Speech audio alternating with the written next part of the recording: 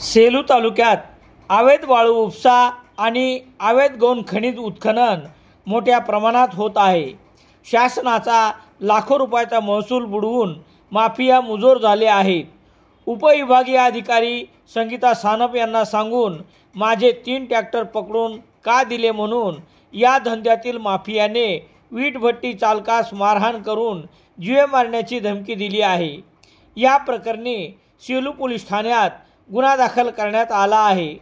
सेलू तालुक्यात अवैध वाळू उपशाबरोबरच गौण खनिज उत्खननही मोठ्या प्रमाणावर होत आहे। दिवसेंदिवस वाळू माफिया आणि गौण खनिज वाहतूकदारांची मुजोरी वाढत आहे। सेलू वाळू रोडवर माझे 3 ट्रॅक्टर पकडून का दिले म्हणून एका वीटभट्टी चालकास मारहाण करून जीवे मारण्याची धमकी दिली आहे। याबाबत पोलिसांनी दिलेली माहिती याप्रमाणे तक्रारदार शेख रियाज शेख रजाक यांचा वालूर सेलू रोड लगत वीटभट्टीचा व्यवसाय आहे। घटनेच्या दिवशी मंगळवार 21 मे रोजी दुपारी 3 वाजेच्या सुमारास शेख रियाज हे वीटभट्टीवर असताना शेख हाकीम राहणार शिवाजीनगर सेलू हा वीटभट्टीवर आला।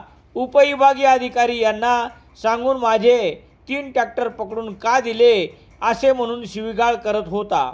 उभयतातील वाद वाढत गेल्याने शेख हाकीम याने थापडबुक्याने मारहाण करून जीवे मारण्याची धमकी दिली।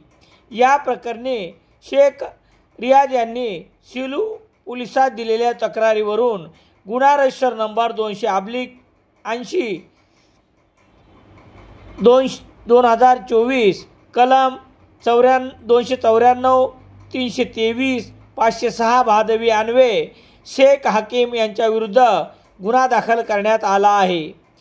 सेलू तालुक्यातील वाळू व गौण खनिज वाहतूक करणाऱ्या माफियावर पोलीस आणि महसूल प्रशासन यापैकी कोणाचाही वचक राहिलेला नाही। अवैध वाळू आणि गौण खनिजाचे वाहने सुसाट धावत आहेत। तक्रार करणाऱ्याला दमदाटी केली जाते, त्यामुळे कोणीही पुढे येत नाही। वाळू माफियावर अवैध गौण खनिज वाहतूकदारांचा बंदोबस्त करण्याची मागणी जनतेतून होत आहे।